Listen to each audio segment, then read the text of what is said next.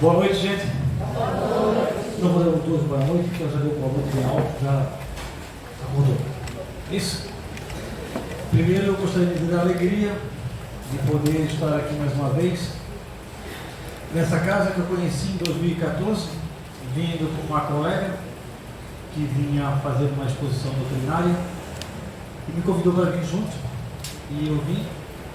Ela nunca mais veio e eu estou aqui até hoje. E é sempre motivo de muita alegria quando eu estou nessa casa também. Pela segunda vez consecutiva, pelo segundo ano consecutivo, a casa me fez um convite para que a gente fizesse a palestra de abertura dos trabalhos do ano, nesse caso 2024, mesmo com a distância onde eu estou e o trânsito aqui nessa região na época de verão é muito complicado para a gente. Então assim fizemos um esforço bem grande para estarmos aqui, bem cedo, não perder também o horário, até pelo respeito à própria casa e à própria espiritualidade que aqui se encontra. E aqui estamos. É uma conversa, tá? Eu não sou um palestrante. Não, eu leio, vivencio o que eu posso vivenciar e gosto de compartilhar isso com as pessoas para que de certa forma também sirva, quem sabe, para algumas pessoas ou para todas, que elas possam também colocar na sua vida aquilo que a gente traz de informação, ou então despertar o interesse das pessoas em buscar também informação. E hoje, nós vamos falar um pouquinho hoje, que é um assunto bem pertinente ao ano que se inicia, que é esperança. Esperança.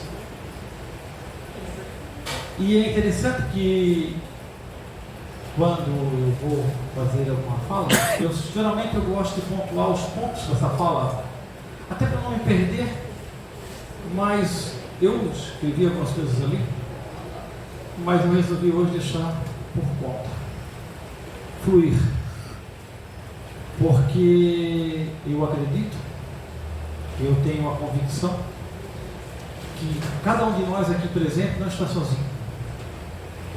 Tem o seu anjo da guarda, e junto de si, o seu anjo da guarda, ele ajuda, ele intui, para nós trilharmos o melhor caminho.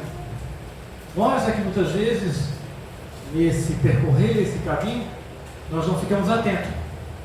Então, junto com o anjo da guarda, nós conseguimos também atrair para perto da gente anjos não tão bons assim como o anjo da guarda, que nos tenta desviar desse caminho. O mundo que hoje experimentamos, já no início de 2024, nada mudou com relação a 2023. E não é ser pessimista de maneira nenhuma, porque é simplesmente uma troca de calendário. É simplesmente uma troca de calendário. O mundo que nós vivenciamos hoje, não precisaria ir tão longe, basta ver o que acontece no nosso dia a dia, em torno de nós, mesmo aqui no bairro dos ingleses. Algumas pessoas ainda são insensíveis, algumas pessoas ainda não olha o outro, como disse a leitura inicial do capítulo 11 do Evangelho segundo o Espiritismo, amar o próximo como a si mesmo. A gente ainda tem muita dificuldade de fazer isso. Então a gente acaba perdendo um tempo precioso na nossa jornada reencarnatória. E sendo um mundo desafiador, como é esse mundo de provas e expiações, esse mundo que a gente vivencia, sempre nos resta a esperança. Eu sempre gosto de lembrar, e o Ricardo começou a minha fala, já antes mesmo de eu começar a minha fala, o Ricardo já tinha começado a minha fala, com relação ao término do novo ano, de um ano para um novo ano. Nós ainda, a grande maioria de nós, ainda se apega muito a rituais, roupa branca, badulax, que mais? Uva. Pular ondinha? Pular ondinha, como se nós depositássemos nesse final de reta a nossa esperança num ano melhor em cima disso. É estranho, né? É estranho porque é tão automático na nossa vida que a gente não se dá conta. E aí vira um calendário do dia 31 para o dia 1º e você se apercebe que tudo aquilo que estava ontem continua estando hoje. Do mesmo jeito. Não importa se você pulou a ondinha, se você colocou a melhor roupa branca, se você comeu a melhor uva, o melhor romão, seja o que for. Não importa. Tudo continua igual. E por que tudo continua igual? Porque na realidade a esperança se concentra naquilo que eu coloco de propósito na minha vida. E eu esqueço disso. Eu esqueço de colocar os meus propósitos ao Criador em cada dia que eu acordo. Mas eu estou falando especificamente de uma virada de ano. Mas em cada dia que eu acordo, quando eu acordo, eu coloco os meus propósitos daquele dia na minha vida, eu coloco isso. A gente esquece. Bom, a gente tem tempo para agradecer. Aquele dia que se inicia, falava com um irmão aqui quando cheguei, que a única certeza que eu tenho hoje é que eu acordei para o dia de hoje. Se eu vou terminar esse dia de hoje na matéria, eu não tenho certeza nenhuma disso. Não tenho eu e não tem nenhum de vocês aqui sentado. E não é nenhuma premonição, não precisa olhar para mim. Tenho absoluta certeza que vamos terminar esse dia. Tá? Então, buscar a esperança sem colocar um propósito de vida não nos leva a nada. A esperança está atrelada ao ato de esperar. Porque esperança vem de esperançar.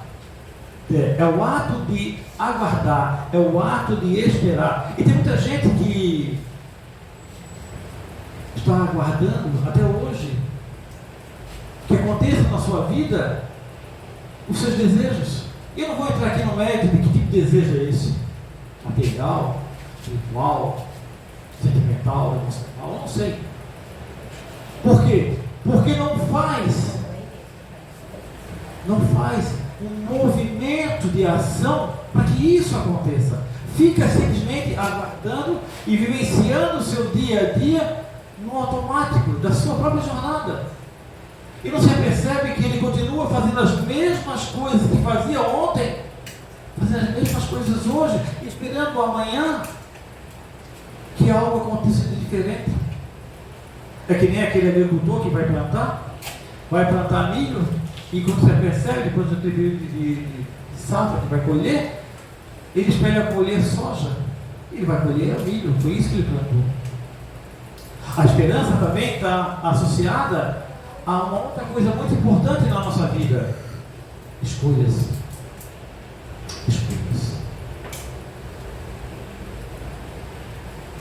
Tem escolhas, meus irmãos, que a gente faz na nossa vida. A gente tem que pensar muito bem antes de fazer. Porque tem escolhas que a gente faz na nossa vida que muitas vezes é difícil de remediar, que muitas vezes é muito dolorido, dói demais no espírito colocar de volta aquilo no caminho correto. As escolhas. E um novo ano se inicia. E mais uma vez, não adianta pular ondinhas achando que as minhas escolhas vão me trazer esse conforto. Não. As escolhas que eu faço, elas têm que ser refletidas dentro do princípio cristão, dentro daquilo que Jesus nos trouxe como ensinamento. E quando a gente fala de esperança, logo nos associa a uma mensagem muito importante do Cristo: o Sermão do Monte. Porque o Sermão do Monte nos traz a reflexão de uma vida futura, de algo que extrapola as questões da matéria. Nós vivenciamos hoje, digo nós todos vivenciamos hoje, como se fôssemos literalmente eternos na matéria. A gente não reflete, não pensa que o minuto seguinte eu posso não estar mais nesse mundo. Então estás me dizendo, Pinheiro, que eu tenho que pensar frequentemente na morte, no desencarne? Não, não é isso que eu estou dizendo. Eu estou dizendo que a vida é temporária, o tempo é temporário, que a gente tem que refletir nas nossas ações, nas nossas escolhas, para que na esperança, naquela esperança que Jesus nos colocou da vida futura, eu possa encontrar realmente a verdadeira felicidade que eu tanto busco nessa vida material. Temos momentos na nossa vida material, de momentos, entre aspas, felizes, mas a grande jornada da grande maioria das pessoas que aqui estão é de turbulência. E quando eu falo turbulência, eu não digo um câncer terminal, uma perda de ente querido, que é um extremo total. Não é isso. É a turbulência do dia a dia. É eu sair na rua, por exemplo, o cidadão me dá uma fechada no trânsito, eu já perdi a paciência com ele. Isso é uma turbulência. É o meu filho ou minha filha dizer algo na minha casa e eu perder rapidamente a paciência com essa criatura? Ou vice-versa? O esposo, a esposa? Essas turbulências que nós vivenciamos no nosso dia a dia nos traz esse desequilíbrio, nos traz essa dor e nos afasta dessa felicidade que o Mestre nos coloca, que é a felicidade plena na vida futura. Mas que tipo de escolhas eu estou colocando para que eu tenha a esperança de alcançar uma vida futura com muito mais qualidade? Eu lembrava ontem, conversando com um amigo que foi internado, infelizmente a gente acha que o câncer dele voltou, depois de 3 anos, e que ele achava que tinha sido curado. Conversava com ele sobre a questão do que ele está fazendo aqui nesse mundo. Porque não é fácil para ninguém quando você perde um ente querido, quando você tem um baque violento na tua família com relação a uma doença terminal, quando você sabe que aquele irmão que você tanto gosta vai partir e não tem jeito, porque todos vão partir. A grande diferença é saber quando. Mas aquele que está no tratamento paliativo, já de quase no final da sua existência, aquilo a gente já sabe. É interessante que até ele pode ir depois de mim ainda, mas aquele a gente já sabe que está ali naquele caminho ali. E aí eu perguntava para ele, comentava com ele, espírita também, dizia: você não é espírita?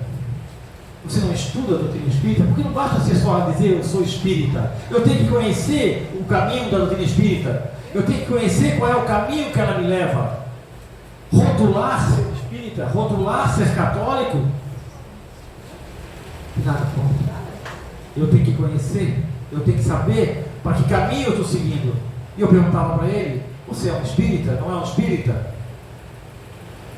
Se você é um espírita, se você já leu o livro dos espíritos, se você já estudou, você não tem lá uma passagem que diz que a grande maioria de nós fez um projeto reencarnatório antes de vir ao mundo terreno?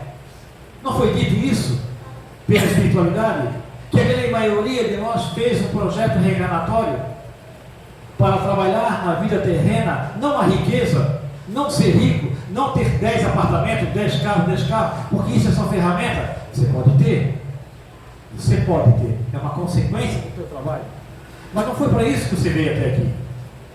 Você veio até esse mundo terreno para desenvolver em você aquelas virtudes, aquela sementinha que você já plantou em outras existências de outrora, que já começa a dar aqueles primeiros sinais de vida. Mas também você veio para trabalhar as questões dos teus vícios, das tuas negatividades, aquilo que ainda te entrava como espírito imortal. Foi para isso que você veio. Não é isso que eu dei para ele. Sim, é isso. Então, se você fez um planejamento reencarnatório, com certeza eu não vou te afirmar que o câncer está no teu caminho. Não. Mas que uma doença está no teu caminho, isso sem dúvida nenhuma. Para que de uma forma ou de outra você trabalhasse em ti a consciência da paciência, da resignação, da resiliência, do não blasfemar, de se tornar uma pessoa melhor, mesmo diante da dor. Porque mesmo diante da dor, a esperança se manifesta em nossos corações.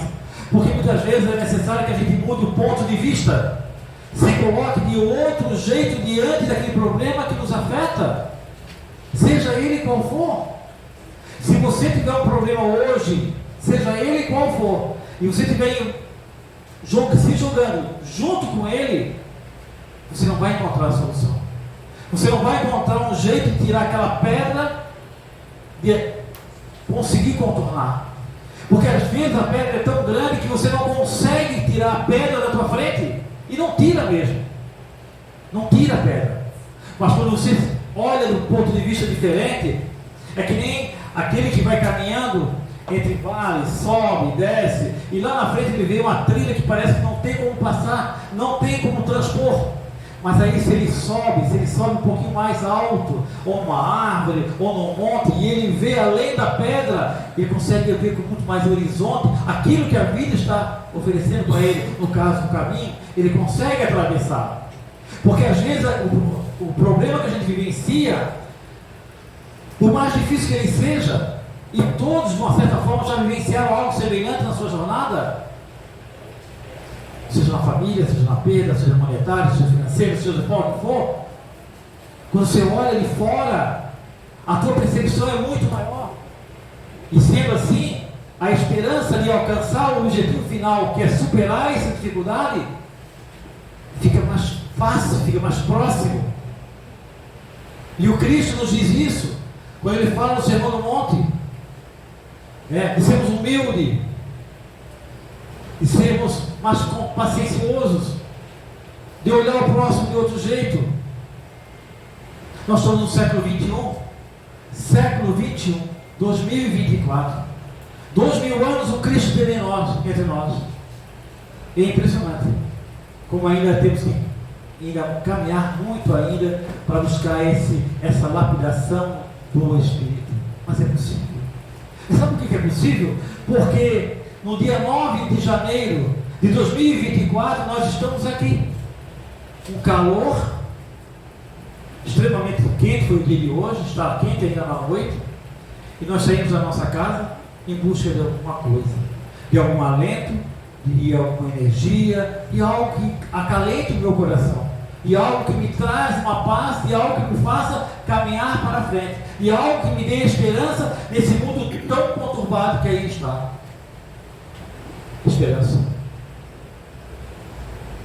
O Ricardo disse que a palestra de abertura poderia ser 1h30, mas eu falei que eu não pago o cachê para falar mais que meia hora, então é só meia hora mesmo, vocês fiquem tranquilos.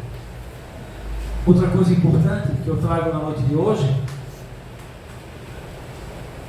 é que sem esperança, se nós ficarmos sem esperança no nosso dia a dia, desanimarmos, nos permitirmos que a tristeza, que o pessimismo tome o nosso coração, e muitas vezes ele toma, e nós nos adoecemos com isso, nós caímos com isso.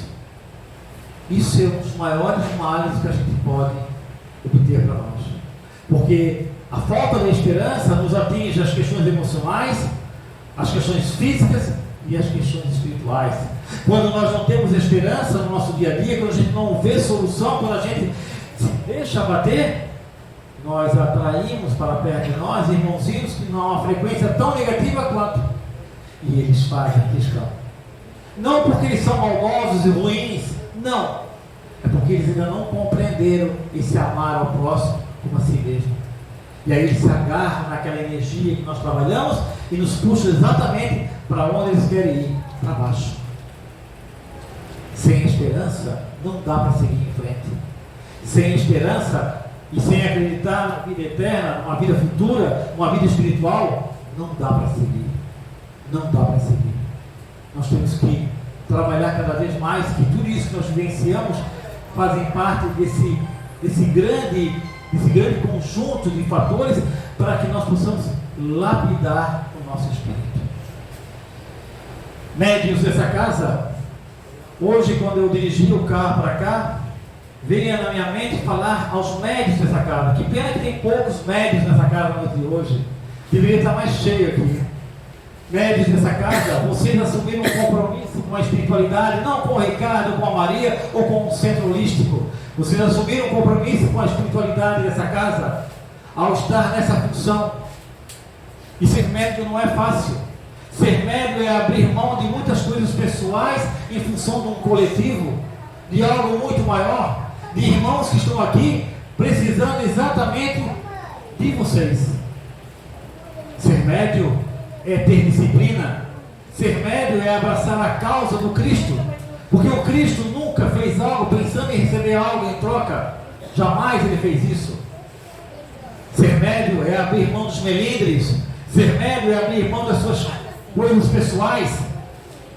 Ser médium é deixar o tititi de lado e olhar o outro como um companheiro de jornada. Ser médium numa casa é um ser individual, sim, porque cada um é um ser individual, mas ser médium numa casa é ser pela coletividade, é pelo trabalho em geral da própria casa, porque não é só a questão da espiritualidade que aqui está e que nós não conseguimos enxergar, mas muitos sentem a espiritualidade aqui.